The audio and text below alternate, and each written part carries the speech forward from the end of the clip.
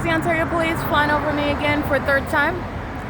As soon as I published the video of them stalking by helicopter, flying over me again, focusing on me where I'm at, which is proven through the wealth of documentation and the kidnapping on May 29th.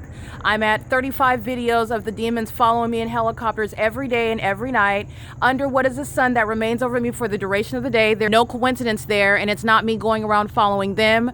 Ontario is a big city. The entity is finding its way by helicopter over me everywhere that I'm going, especially why I just so happen to be documenting the fact that the police are engaged in a pattern of kidnapping. This is the admission by the Ontario Police that they belong in federal prison for kidnapping on May 29th, and that's exactly what they're getting, whether they want to admit it or not. But this video documentation, it's admission. And this is Tracy Banks's co-defendant.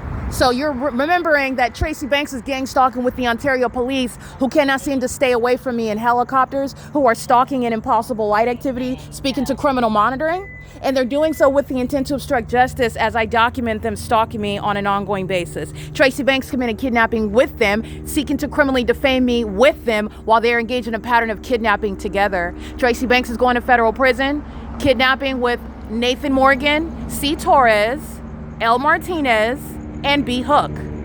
Gang stalking at Woodside Senior Apartments, where helicopter activity over my head, over that apartment, fake sun remaining for the duration of the day, the same pattern of conduct. This is P.O.C. It is again at 10:38 p.m. exhibiting severe mental illness by flying in circles. This is demonic pacing, and so are the people of the state stalking. These are the demons that have engineered light flying inside of the Starbucks while they're targeting in what is impossible light activity. That's criminal monitoring by the Ontario Police. All right, the entity is engaging in what is clear targeting. This isn't just patrolling over everybody everywhere. The entity is maintaining documentation. I'm maintaining documentation of them flying over me at the Tabor Professional Building, flying in circles over me there, flying in circles over me at the Ontario Museum of History and Arts, flying in circles over me at the Starbucks, flying in circles over me at Woodside Senior Apartments. The entity engaging what is a documented pattern of gang stalking in helicopter, by the way, for years since 2018. Engaging in what is a plethora of crimes that I've been documenting, and they committed kidnapping and they're going to federal prison, and all they're doing is flying off because I'm recording, and then they're coming right back and flying over my head again. They're doing it in a natural environment. It is impossible for that light to occur. There's no vehicles over here. There's no headlights that create that, and also none of these lights create what is all these shadows that I have. They're monitoring, and they are openly threatening when they're being exposed for stalking and kidnapping me and engaging in criminal surveillance. It's kidnapping, not a wrongful arrest. It's kidnapping and malicious assertions.